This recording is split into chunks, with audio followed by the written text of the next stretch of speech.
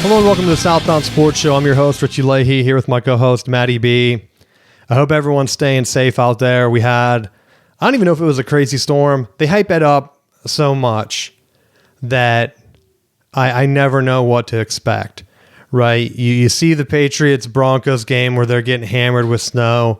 Had boots on the ground in PA, sending me footage of like 15 inches of snow. Down here in North Carolina, we just got a ton of ice. So everything was covered. I saw pictures outside of NC State Stadium, Carter Finley, where they just had maybe like, what was that? I sent it to you. It looked like 5 or 6 inches of just ice on it. And so hopefully everyone listening is staying safe. I thought for sure that you were going to say that you're indefinitely done with school for the year. Well, it warmed up today. And so I think there was a panic going on where you had people that were expecting it to kind of be bad like weather the entire time, but they kept pushing it back. So now they're saying that it's warming up. We're not supposed to have anything else. It's just ice at this point, melting and then refreezing. And I don't know if they have enough salt ready to like de-ice everything. But now they're saying that the snow that we were supposed to get might just come on Saturday instead. So it's like, I guess every weekend I'll be shut down. Because you call places, you're like, you open even? I don't know. Like, right, I don't know what to expect. I saw one guy braving it, and I thought, man, there's like a huge hill to get out of our neighborhood. And he had a truck, and he was barely moving in front of my house. Like if I wouldn't have known that it was like inches of ice he was driving on, I would have thought he's like creeping. And I wondered, like, did he make it up the hill? Right, because I wasn't paying attention to see if he like came back just around or just like ditched his truck and then came and got it the next day. Like ended up walking back through, because I saw people walking through the grass instead of on the road back through some of the greenways and stuff. And I was just wondering, like, man, did they have to bail? Right, because there's if they would have wanted you to go into work and they don't plow or put ice down, and then you live on a hill, there's no way you're getting out, right? You're just going to slide back down. Yeah. But who knows? Hopefully everyone stayed safe.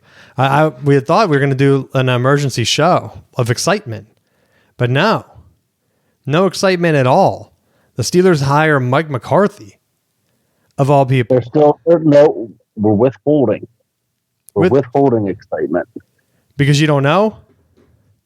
Well, no, because there's depending on what moves they make with the coordinators, there's be some optimism. No, there's no optimism, dude. You can't spoken like a true Pittsburgher. No, they hired the same guy. Like McCarthy's thing is the knock on him was that he's very similar to what Tomlin.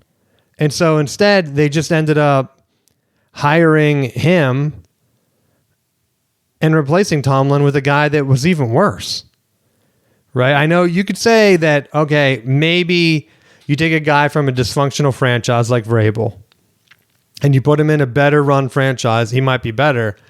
That could be true of the Cowboys, but McCarthy was already run out of Green Bay, and you can't convince me that the Steelers are like that much better run than Green Bay. I feel like they're both around the same. Pretty good organizations. That's why they're always like competitive. You never really see the drop off. They're not like one of the ones that are just like bottoming out. He couldn't get it done there. They had one Super Bowl. Steelers even tried to bring in Aaron Rodgers, the guy McCarthy won with. Now, is there a chance that like Aaron Rodgers comes back to play one more year with them? And if that's the move, what in the world? Right? I don't think that's the move. You don't know. They didn't get along, though, I don't think. But, I mean, come on. If they're looking at just having some sort of positive influence, man, I don't know anyone that would be excited over a hire like that. Especially with no quarterback. Because if you don't have Aaron Rodgers, who is going to be the quarterback that we're going to get, right? Well, and that's what partly why I've given it some time because my initial reaction, I was piping mad because I thought they just fired a guy. Like they had an opportunity to hire some young blood and just infuse like a complete, not complete, but have a reset of where they're at and not just be the same message. And like everyone says, "Oh, it's a great franchise to work for." Like he's so laid back. I was like, maybe we didn't need that. Like maybe we don't need someone laid back because that's why we haven't won a playoff game in 15 years. Well, that's the one thing that I don't even know if you can consider that. Like when people say, well, everything's great, like it's a great run, it's easy to win, but they're not really competing at the top level. And I compare it now to a couple of franchises over the past decade. Like if the Patriots are in the Super Bowl again without Tom Brady and without Belichick, they're obviously a better run organization. Now, maybe the owner's out getting special trades, handoffs, I guess you could say, to motivate him. I don't know, Matt. So like Steelers don't have that level. Even the Seahawks, they went ahead and blew up what they had with Pete Carroll, a successful thing. And now it's looking like they're on a heater with Mike McDonald to win the Super Bowl. I almost said the national championship. Because he's a heck of a coach. And everyone knew that. And you're looking at how they redid that. They gave up Geno Smith to bring in Sam Darnold, a guy that I thought joked. And he's able to coach around that to where if Sam Darnold keeps winning, what if he just, stops choking? Because that could happen, right? You get enough confidence in a guy, we could be looking at a Seahawks dynasty here. They're letting dudes go like DK Metcalf and saying like, no, we want team players. We don't want these guys punching fans. We don't want them. We're going to win without them. And we're going to bring in guys like Sam Darnold that the Vikings just got rid of. And now they're in a weird spot with like, they weren't giving JJ any help. The line, like the play calls were awful. So now that him and the head coach are at odds, like that whole situation. And in the meantime, Sam Darnold's like, man, I took them to one of the best records. I think they had the best record last year in the NFC. So that's like 2 years in a row. He's had two different franchises, Sam Darnold, while making mistakes. And you can't just say like, well, it was the defense or the stars carrying them. Like, no, give the guy some credit. And I've spoken out like that. I thought he was a bust back with the Jets when he was seeing ghosts. But now maybe he's able to turn that around and get to the point where there's not a lot of great quarterbacks in the NFC. There's just not. It could just be him and Hurts leading it in. I wouldn't even have guessed at the beginning of the year if you told me, well, the NFC is going to win the Super Bowl. I would have thought like, okay, well, Eagles again? Right? That would have been the only team I thought could have had a chance. Maybe Daniels with the Commanders. But nah, I didn't feel like they were at that point yet. I'm not surprised that, he's been injured, so he has to battle back like Joe Burrow. Otherwise, we're going to be in that same boat with them. So you're looking at an NFC that's wide open. Yeah, the Rams, great team. Looked like they were the best in the NFL for a lot of the year. But, some of the decisions they do, and then the guy dropped the punt. I tweeted at the Rams, asked if they need a guy that could catch a punt without falling down, Matt. They didn't respond. Because I could fair catch a punt without falling, right? You're at the 10-yard line or 15-yard line, wherever he was when he caught that. What are you trying to return it for? And why are you falling? I don't understand. It's not like it was outside in the snow. It was in a dome, bro. That was the craziest thing I've ever seen. It reminded me of the one year the Niners when Harbaugh was there. He had a guy fumble 2 punts or something, and they lost to the Giants. I think it was one of the Eli years. I think the Eli won the Super Bowl. I don't know if it was the Patriots year. Who else did they beat? He won 2. Did he beat the Patriots both times? Yeah. Yeah, so the Niners were very close to playing the Patriots if their guy didn't fumble 2 punts. And when I saw that, I thought, well, they're done. You're not coming back from that. That's going to be the game, and that's exactly what happened. They really didn't have a chance to get it again. I mean, I guess they did get the ball back, and they tried to like throw it almost out of bounds, but like he got tackled in bounds, like with like a second left. But even before that, there was a play at halftime of that game where Stafford like ran and the ball came flying out, and they were like, they blew it dead. Like they're like, yeah, he's down. And they let the time run out when the guy was like returning it or whatever. And I thought, they're never going to show a replay of that, right? We don't know when he fumbled it, but there's no way they're going to show a replay of that in Seattle. And the camera view when he was running was like kind of far behind him. And you know they have a better angle. Like, did he really fumble that ball?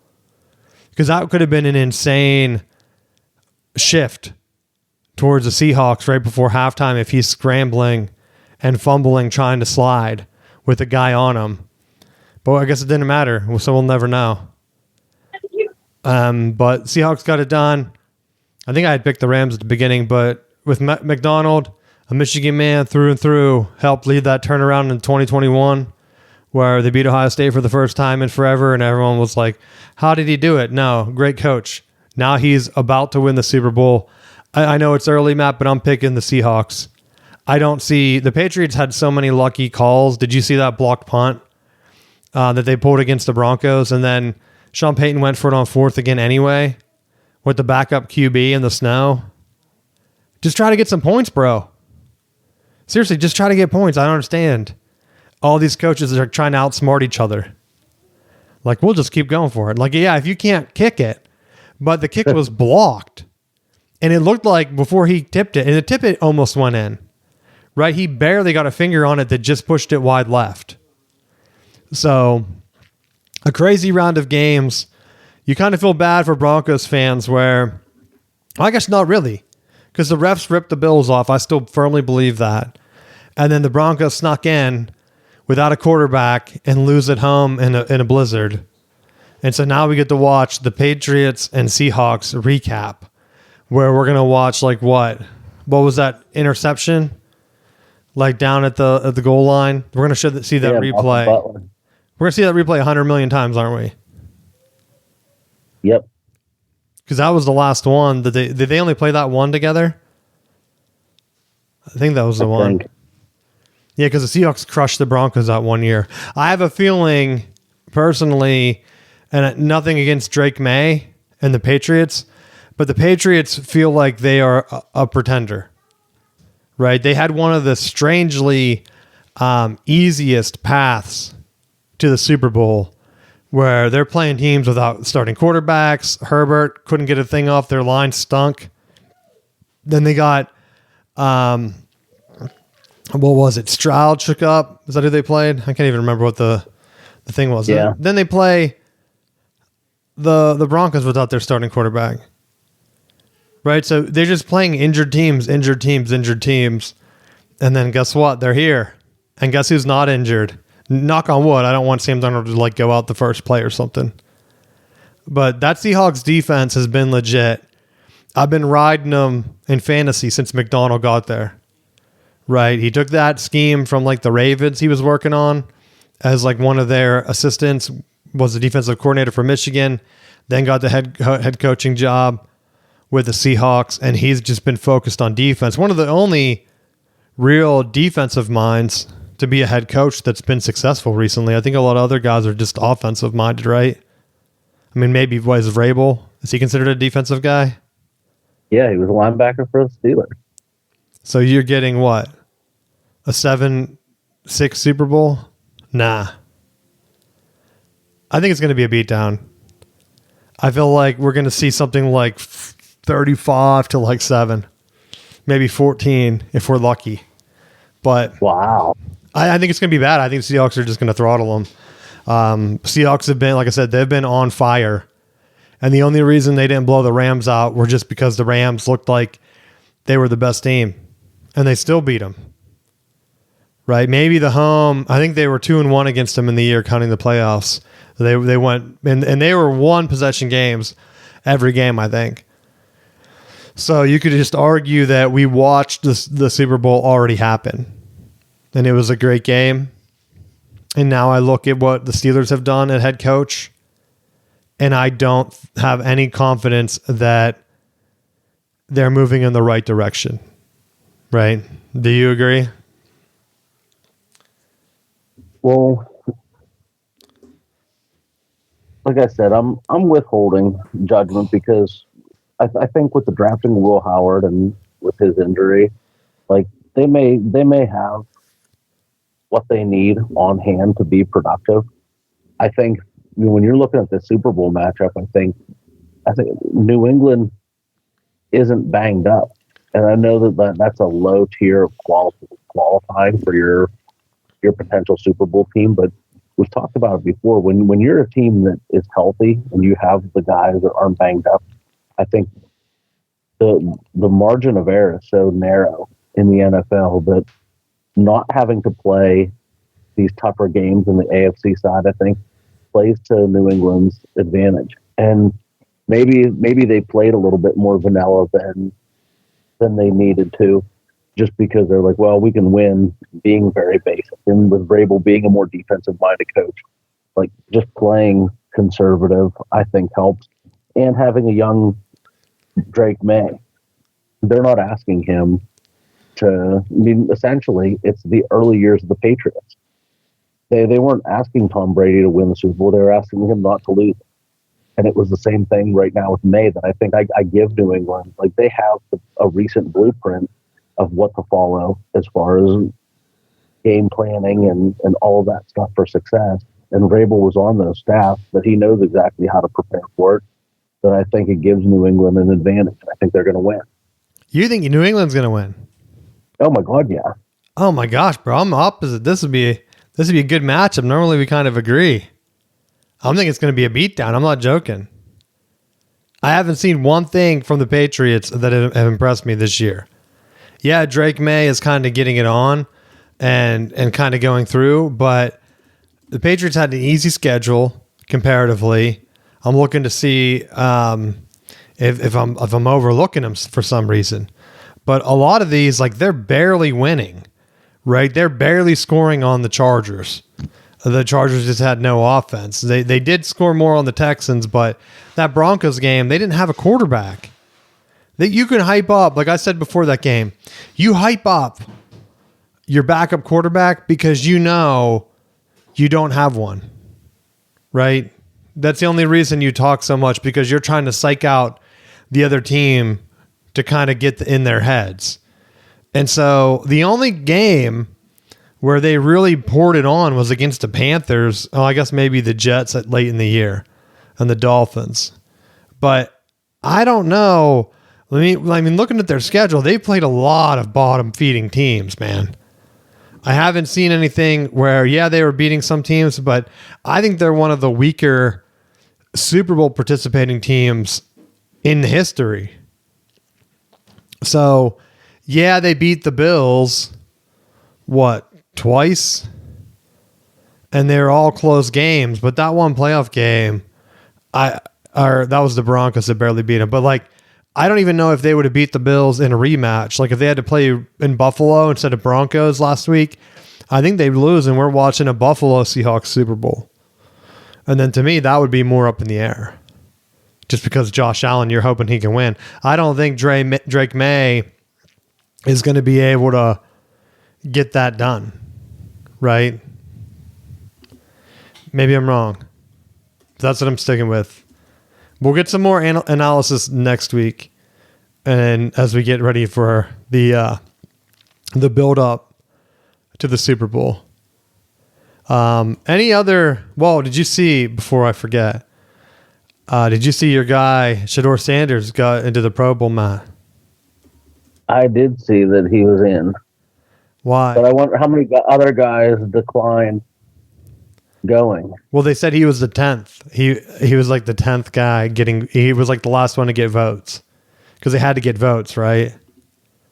So it couldn't just be, hey, we're just picking these guys. Like they went straight into it, and that's it, right? That's ridiculous. They shouldn't even have a Pro Bowl anymore. The Pro Bowl was like a thing where you could watch because they didn't have that many like games on TV way back in the day.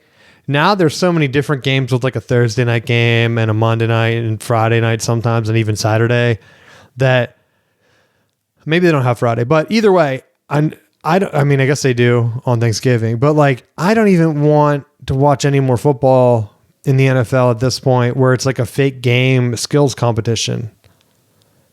Like, I really don't care.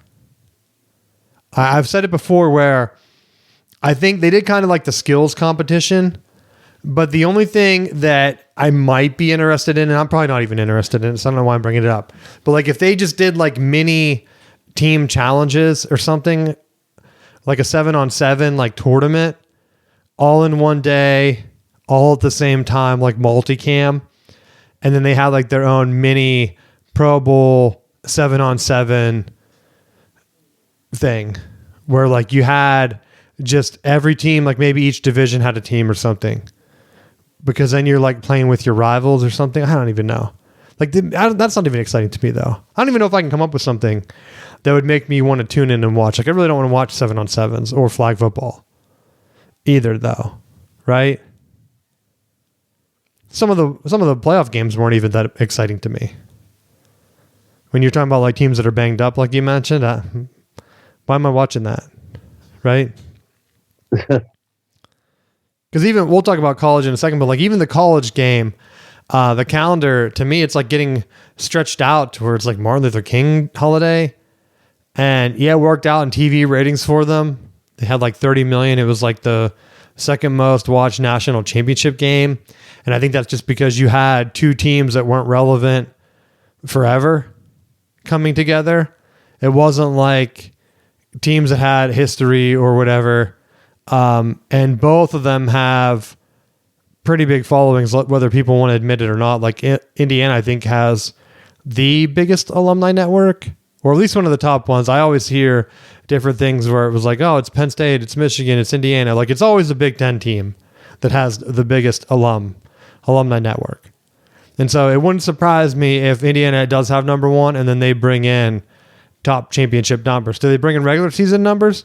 No, because they've been garbage. Like no team wants to watch, or no guy wants to watch, fan wants to watch their team get beat up on TV every weekend, right? Now that they're winning, can Cignetti keep it going? I don't know. That's where like you're looking at it with the Pro Bowl. Can you have that type of hype for something where no player wants to play in? And I don't want to watch a guy that was a backup for the Browns that kind of stunk pretend like he's one of the best players in the NFC. Like, no offense. I feel like it's like one of those employee of the month awards you see at like restaurants where you know they're just giving it either to the same person or someone that they want to kind of motivate to do better. And you're like, you're the best that they have here? Oh, okay. Says something about it, right? I don't know how they could excite me to want to watch Shedeur Sanders play when I didn't even want to watch him struggle in the regular season. And if he goes out and plays great, it doesn't mean anything, right? You're not going to convince me that he's being held down, and maybe it will take him years for like a Sam Darnold that finally earned his shot, and now I'm actively rooting for him to kind of put those naysayers behind him, right? Be a champ. That's the great thing about the NFL and America, like, right? You have a chance where everyone counts you down and out to turn it around and bring everything together with multiple teams where they're just shuffling you around, saying like, hey, you're replaceable, dude. You stink. We're going to be better with these other younger guys. We know what your ceiling is, buddy.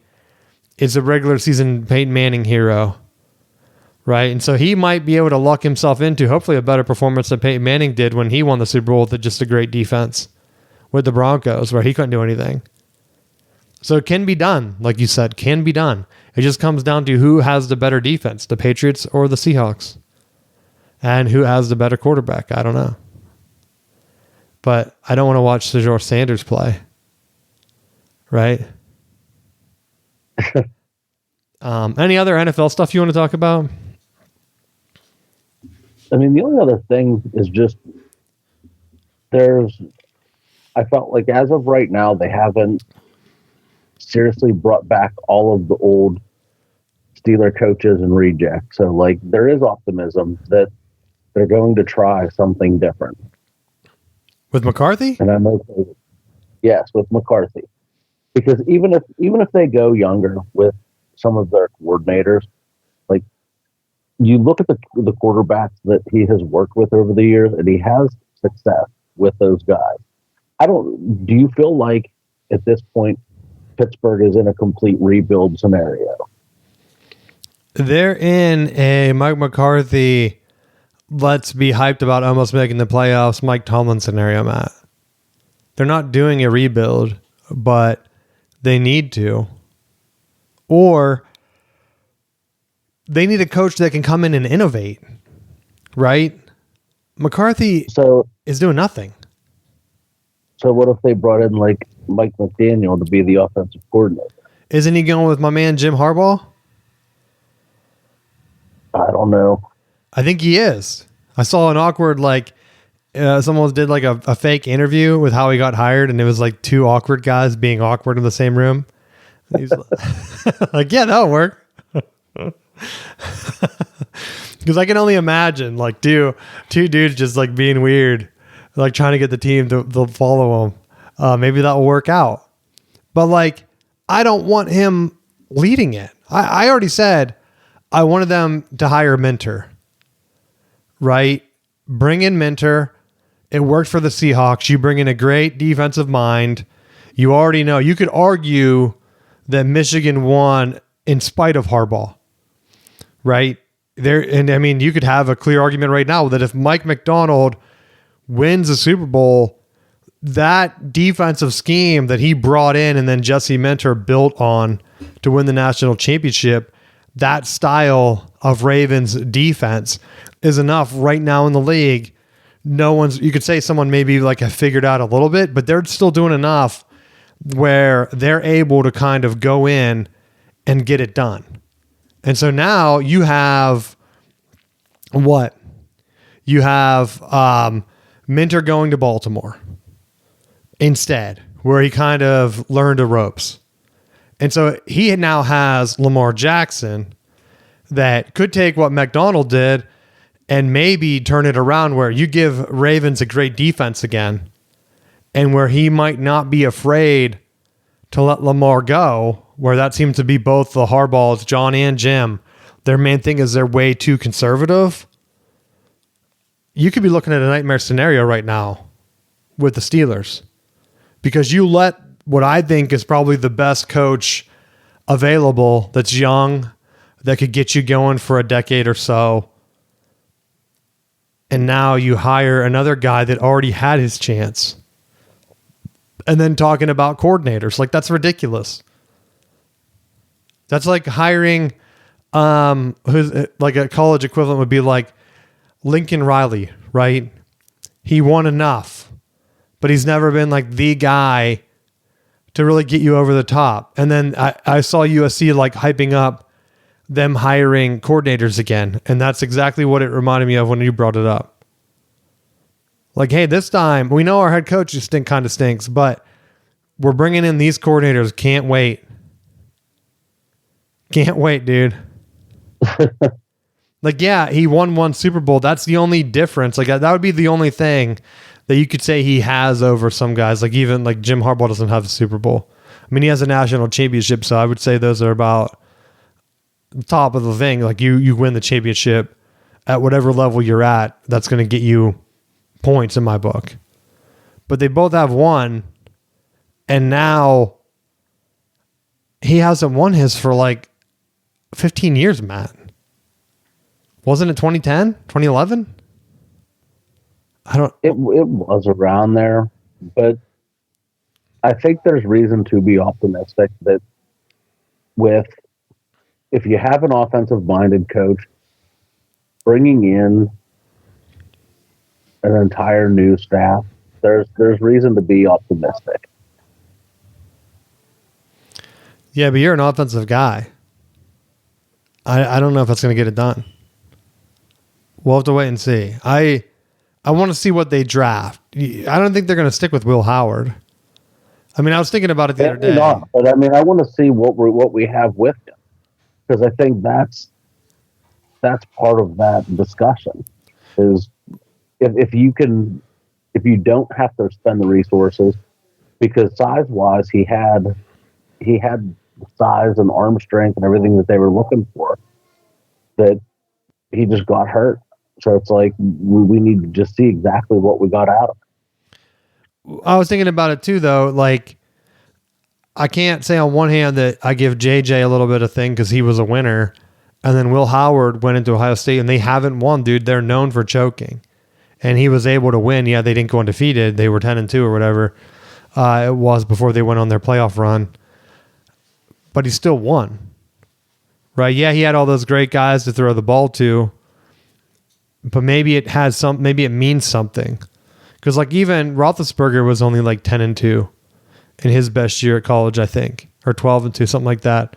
Where he was at a different conference, like a lower conference, and I think the only bigger game they had played was like Iowa, and he lost. That I can remember. I can't remember exactly, which people will probably think I'm insane for remembering that anyway. But you can look up and see Will Howard. He lost to Oregon and Michigan, two equal level teams, but that's not saying that like he couldn't win. Like Caleb Williams, he didn't win any big games either, right? Jaden Daniels didn't win any big games either. So maybe just, winning at some point. Will Howard eventually did win the big games in the playoffs. So maybe that's enough for the Steelers to give him a shot, but I think they have to bring someone else in. I would hate for it to just be another retread like McCarthy's bringing in. Well, yeah, we're going to bring in some other guy I've been coaching for 15 years. Like, awesome. Some like 35-year-old guy. I may start to question if it's like, I'm going to trade for Dak Prescott. Yeah, that's what I mean. Like he's bringing in his own guys. Unless he's bringing back Aaron Rodgers. But even then, that's so insane. That's like a Willy Wonka type world, bro. Where I'm not believing anything anymore. Where they're like, you know what? We're bringing Aaron Rodgers back for another chance. We made the playoffs, dude. We're really close to winning. Now imagine if we had the only coach he won the Super Bowl with and him at like 40-something years old. Awesome. No, I don't want to see that. My arch theory he's going back to college, I think, right? So probably. They can't draft him. Who would even be the best quarterback available? Dante Moore's coming back. Mendoza? If he goes number 1 to the Raiders, whew. Yep, that's going to be the speculated move. No, that's who the Steelers need. They need a heavily religious man in the heart of Pittsburgh to bring them back to glory. Who's just is not even looking at anything. He's just focused exclusively on playing football. That would be like the ultimate opposite of like having AB in the locker room to then bringing in Mendoza.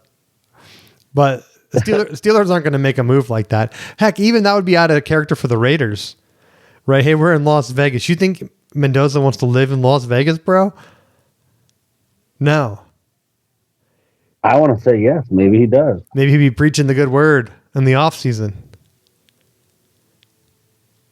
I'm still impressed by him, man. I still like how he called Miami out for not letting him walk on. That cracked me up. And then all the people, I'm still, after that game and they won, I saw a lot of people bringing up like advanced stats saying like Miami should have won the game because of XYZ. They had way more yards or whatever. They had the big plays, but Indiana had the blocked punt for the touchdown. And they were just staying like ahead of the curve. They can't help it that Miami held their wide receivers every play. Like, what are you doing? Right? That's how you should coach them up. If they're not going to call it, then go ahead and run those plays. But I'm still impressed with what Indiana did. Mark Cuban, he's rallying the troops, Matt. They're going to keep Indiana rolling, I think. Which is weird because the funniest thing that I've seen out of this entire thing is now Notre Dame fans are coming out of the woodwork, bro. They're mad that Indiana won. I don't know if you saw it, but someone had a map where there's like a circle of championships right around Notre Dame because you have Indiana, Michigan, and Ohio State winning them all. And they're like, Notre Dame still hasn't even won anything since like the 80s. And then Cam Newton came out and he was saying, I think it was Cam Newton, saying about how Notre Dame hasn't been relevant, which is funny because they were just in the national championship game. They were runners up. And he's talking trash on them like they're nobodies. So then I sent you that schedule where they have they have like 8 or 10 teams on their schedule next year that has had 8 losses this year. Horrible schedule. And the college football playoff committee, I think it had to be in last Friday. It looks like they're going to stay with 12-team playoff this year. And so that's going to be what? Notre Dame gets the auto bid? That's in the bylaws now. If they're ranked ahead of 12, that's it. Right? There's no way another team can jump them because that's in the bylaws. Well, and then I saw Miami is trying to break their game with them for next season. So they're already in discussion of trying to back them out. So it's like Notre Dame already has a weak schedule, and they're just going to get even more cupcakes for people to not play them because of that like hidden rule. So you're saying Miami's trying to get out of that game? Because I hadn't seen that. I just saw a thing. I don't know if it was yesterday or today. Well, honestly, good on Miami because Notre Dame went on that cry session about the ACC and Miami keeping them out. But like, what was Miami supposed to do? Miami beat them, right? And it's not Miami's fault that the ACC had one of the dumbest tiebreakers in the history of college football, where they didn't even consider it like, hey, people already consider us a weak conference. We have this weird tiebreaker coming up where we have like 3 weeks to go for the regular season, but it looks like Miami's going to be left out. And they're like, who's going to get in? Like, oh, this is like horrible Duke team, right? Oh, weird, right? Like all they had to do was say, not so fast. The Big Ten did that in the COVID year where they let Ohio State play Indiana instead of Indiana versus somebody else. Could you imagine in that COVID season if it was Indiana? This is before Cignetti. This would have been Tom Allen, I think. So they would have had like Indiana versus, I don't even know who was the next team up. Like Purdue or something. Like, could you imagine the Big Ten championship was just 2 weird teams? And the Big Ten said, no, we're not letting that happen. Not on our watch. Like the ACC has no leadership where they're letting teams just challenge them in court, and they're coming through and just like saying like, you know what, Miami, you're a big spender. Why don't you just take all of the playoff money and we'll give it to you instead? Because Miami gets all the playoff money that they had, Matt. Did you know that? Yeah, I do know that. And it was extremely frustrating because I thought you thought that'd be Florida State. Florida State did all of the legwork for that and set the table for Miami to come in and poach it all. And I think part of it was also trying to get that argument to prevent Notre Dame from being in that spot as well. Yeah, but Florida State didn't make the playoff ever, right? That first year, maybe? No, that was the snub year. Yeah, so they couldn't even get in. Oh, wait, the first year of the playoff, yeah. Way back in the day. Jameis fumbled that ball against Oregon. Yeah, we had the butt fumble against Oregon. Yeah, and then after that, you couldn't get in. So you're fighting about playoff money you're not even seeing. And that's a shame. You should have had it like 80% playoff money goes to you, and then at least some money goes back to everybody else. Because now... Well, no, but Miami hasn't been... They've been claiming to be back forever, and they still haven't won a conference or national championship. So Florida State's won a national championship more recently than them. That's very true. They're like the Penn State of the ACC, right? Because that's what Penn State is. Penn State was supposed to be. Florida State won the conference. They won the conference 2 years ago. Like let's call spade a spade. All we have to say is it Indiana won it more recently? Because that's driving Notre Dame fans wild, bro. I have immense pleasure watching Notre Dame fans go crazy. Now, maybe it would be different if Michigan hadn't just won, right? And so now I see a lot of people talking about how, I don't know if you probably haven't seen this, but with the McDonald getting the Seahawks to the Super Bowl. Now they're saying that like that Michigan run might have had one of the greatest college coaching staffs in recent history. And I'm like, yeah, no duh. Right? Like if Jim and heck, I don't really want to see the Ravens win the Super Bowl, but if Minter gets it done, you could have 3 different Super Bowl winning coaches on like the same staff. That's kind of crazy. Some of these teams, like they always talk about like how Saban has a tree that has like these guys like winning, like this guy, like Sarkisian, he's winning at Texas. Like, okay, awesome. Texas hasn't won anything either, buddy. Right? Kirby Smart, like, yeah, okay. Then they're like, Signetti, that's his tree, right? Get that one to Saban too. That's an SEC by proxy, Matt. By proxy. But I'm glad that all these other conferences, though, as they fight over what coaching tree is winning these championships, that they can go ahead. Did we bring this up before about whose tree it's actually under? Well, see, that's what I was like. Sarkisian was already a head coach before, right? He went back to Saban in Alabama. Unless he was there before him, I honestly don't know.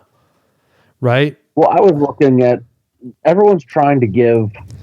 They're trying to say Signetti's under Saban's tree, but Saban coached under Signetti's dad, so it's actually Saban under the Signetti tree. Yeah, that's what I was wondering. Because, like, well, it's the same thing. Yeah, with Sarkisian, bro. He's out at USC first. And then he took the job at Washington. Like, Saban wasn't at USC. So saying that he's under Saban's tree is just odd. Maybe, like, sober Sarkisian. I don't know. But still, that's weird. That one coach, remember that one offensive coordinator was at the Lions or whatever that was, like, doing that weird thing at Wendy's? Did you see he like trying to redo his image to get an NFL job? I thought, oh, that'd be great. Could you imagine? He was like, let me just put out on the table. I was like naked at Wendy's or whatever he was doing. I forget the guy's name. And I think that's what the scenario is. But could you imagine that job interview? Like, hey, anything in your record you might want to just get ahead of. And they're like, yes, I have a really bad incident I need to talk about. And how awkward that would be. In the interview, because they were saying the same thing with Sharon Moore now, which I don't know if you saw this, but apparently some guy online was writing up this article about how Alabama should hire Sharon Moore to be their offensive line coach because they can get him for cheap. Like, and he's a great coach, bro. He just coached in the national championship. And I thought, horrible. Like, how bad for optics would it be if a guy is literally going through the court system right now to try to get out of a felony. And they're like, you know what? While you're doing that, buddy, we're going to get you down here, coach our offensive line. We really need some help. We don't like losing like we've been doing. So please come down here. That was embarrassing. Indiana blew us out. We need a guy that can win in the Big Ten. And they're like, Sharon Moore, come down, baby. Come on down. Because that would be a weird thing. Like, with that guy having his image and then Sharon Moore having to do his. And I don't know how you get out of that, right? Because I think he's not fighting the firing charge. He's fighting the other charges, right? To clear his image so they can hire him. But you can never hire a guy like that in leadership again. Whether it's college or whether it's pros, like, I've thought about this from like a professional standpoint of like, how many times do you change jobs or like do something different as a professional? It's not like you're interviewing and then people are like blogging, hey, you interviewed for this tech job and you really suck. We don't want you. Like, coaching's like one of the only places where like you could try to put your name in for a job and people are like actively rooting against you. Like, oh my God, this person is so terrible. And they basically announced that they didn't like you. Well, they're like, we completed our interview with what's-his-face and we're not hiring him. But thank you. Thank you for coming in. Like, how embarrassing is that? Right? Because then everyone knows your rejections. And then some of them, like, you're just getting hired. Like, the Bills are interviewing, like, Phillip Rivers. How? He's only coaching, like, what, high school? He was just playing. Well, I thought he was just like, what did you see in him quarterbacking that you're like, hey, let's just hire. Let's see what he got. What did he see from as a player that he can immediately help us? And then he like stepped down because he was probably embarrassed, right? And although who knows, like I think Minter stepped down from one of the interviews and then he got hired by the Ravens the next day. And that's when I thought like, oh no, he's stepping down. Steelers have no chance. And then Steelers are like, no, we're going to get McCarthy anyway, buddy. It's like on you. We need our guys that we know. We need guys that have been coaching for 30 years to come in here to Pittsburgh. We tried that with Tomlin, hiring someone new. It didn't work out that good. We need a known entity. They're hoping it's Andy Reid 2.0. Right? That has to be the only thing in their mind. Because I'm sure the Chiefs were complaining about hiring Andy Reid back in the day. They had to have been. Because we were talking trash on them. After those Eagles chokes. So that's the only hero scenario. Is that the Steelers can bring in a hero quarterback to promote McCarthy to like legend status. Even Big Ben was saying he could like help sit in and help out, pick some personnel. He's a great character of judgment, right? Well, I think I said that backwards. Who knows? But yeah, I don't even know if I have any much more that I want to talk about. I did want to complain a little bit. I don't know if I talked about this, but I think I did. Maybe I didn't. But I had some people message about Michigan basketball losing a couple weeks ago to Wisconsin, and the reason we didn't bring it up is because we were right in the middle of playoffs. And I just forgot, and we were already at time, and I don't want to go like super long on the show. But yeah, I was hoping Michigan could go undefeated. It's hard to go undefeated in basketball, and I forgot all about the Big Ten refs and how horrible they are in basketball. So now I was thinking, man, like, is Michigan going to even have a fair shake? Because I don't even care about winning at all in the conference because it's not just Michigan. It's just the officiating is horrible the way they call it. It's totally different than the tournament. They allow you to just kind of hack teams up, and then you get these fake pretending teams out there in the Big Ten that look like they're going to be a powerhouse, and then they get into the NCAA tournament and they get upset by like San Diego Southern State or something in the first round, and you're like, oh, okay, that makes sense. Yeah, that team kind of did stink.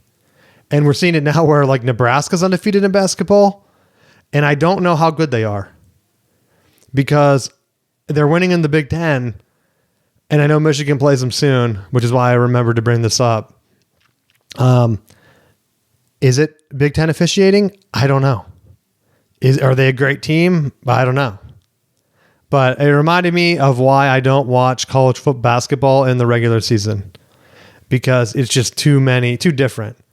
And so bringing it back to the football, I hope Miami doesn't play Notre Dame. I hope the ACC kind of sticks their nose up and says, look, the regular season, if we're going to be doing this same playoff type dance in college football that's happening in basketball, where it's an entirely different season, right? Indiana, luckily, was able to go wire to wire, undefeated. I'm glad they went undefeated.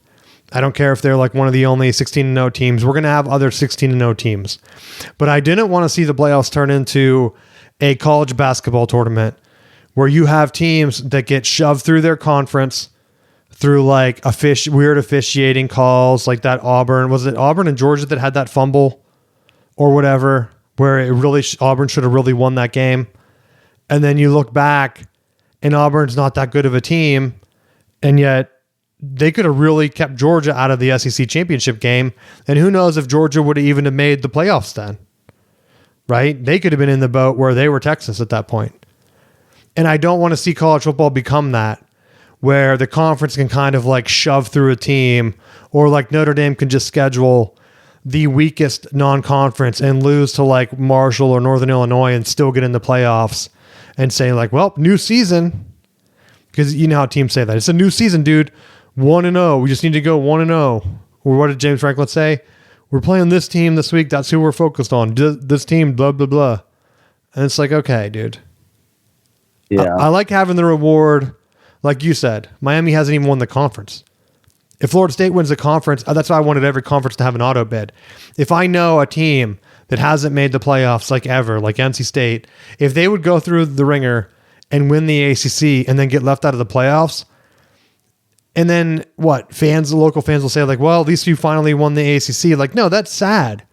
If the players go through and win the conference, they should be able to be rewarded. Like Duke winning the ACC. I don't care how crummy the tiebreaker was. They should have been in. They should have had a chance. So that's why I thought BYU should have been in last year, but they had their chance. They didn't win their conference, and they had a chance to, right? They were in the conference championship game, and I'm okay with them keeping the conference championship game, but it should have some weight. It shouldn't just be, Ohio State loses to Indiana and then nothing changes. Like they're still the top two teams or whatever. Huh? Well, and that's 100% the argument that I've tried to make over the year. Is that was Miami the best representative of the ACC? I think you could argue, yeah. They probably were the most athletic of the teams in the field. But there's no reward for them, not winning the games that they could have or should have, and they didn't win the conference. So, like, how do you leave out the winner of the conference when that wasn't the thing? Like you have to do something to try to reward the people that win the conference championship. And that's why I think every conference should have a thing. And if Notre Dame doesn't want to join a conference, then who cares, right? Then they need to go undefeated or have like one loss or have like an equivalent season. And if they expand, then that's why I was on board with the Big Ten just going to 24. But then when I heard like they have all these stipulations of like, oh, well, we want to have like these weird play-in games, and then we'll decide. It's like, okay, same with like the 16-team playoff. Why have two teams with like crazy bye weeks just so that you can get that payout? That's the only reason. I guarantee that's the only reason, because the payouts are higher for that New Year's Six type bowl. And so if they have two teams at the top where they're thinking, oh, the Big Ten and the SEC should at least get those spots, like this year it would have been Indiana and I guess, was it Ohio? Who was the number 2 seed? Was it Ohio State? Or was it someone else? I don't even remember. Was it Georgia? But even at that point, like, okay, those two teams get automatic payouts. Both those teams lost. Like Georgia and Ohio State both lost. Did they both lose to Miami? No, Georgia lost to Ole Miss. So, like, what are we looking at here? To just try to force teams through, and the bye week hurts a team. So, like, as a fan, I don't really want my team having a bye. Indiana was the only team that, I mean, it's only been 2 years, but they're the only team out of 8 that has won after a bye week in the 12-team playoff era. That's 7 losses, Matt. That's insane. And last year they said like, well, it was because we didn't put the top teams in.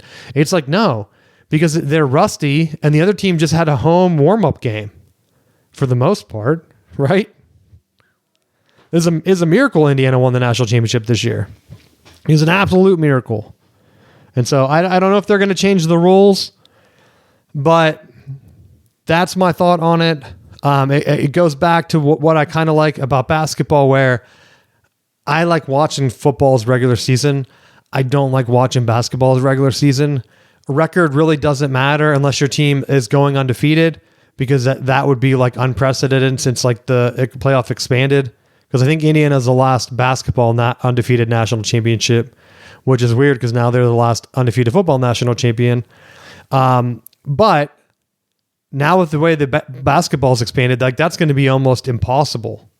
I think we have like 2 undefeated teams left right now, Arizona and Nebraska. I would be shocked if either of them went undefeated and won the national championship. Maybe I'm wrong, but like that should have weight. Because if they go undefeated in the regular season, I think did Gonzaga do it a while ago, or Kentucky, and then they ended up losing. So teams have come close, but I don't want football to have the same thing where it's like, oh, I don't watch college football now until the playoffs. And I think when you get rid of the regular season, like conference champion auto bids, and then you make the conference champions not even matter at all by just putting in carve-outs for Notre Dame, you're going to ruin the regular season. And then when fans like me, diehards, dude, that are doing a podcast randomly, talking about football all the time, when I'm wanting to tune out, then you're losing a ton of fans, dude. You have to be. right? I don't know what else they can say, but that's my last thing I had for this week. I know crazy weather week, probably a shorter show. Is there anything else you want to talk about before we go ahead and wrap up? No. Stay safe, stay warm. Yeah. Thanks. Hopefully we get a good Super Bowl. I'm feeling it's not going to be, but we'll do some Super Bowl insights next week. I'll break down into some of the more advanced analytics, and then we'll start to look at some of the more college football things. I think most of the transfer portal stuff is done. We had to wait for the Miami and Indiana entries into the portal, and now those things should be shored up. And we're closing in on the final signing day for high schoolers. So now we should have an entire look in the coming weeks of what rosters should look like and full coaching staffs. So thanks for listening, and we will see you next week.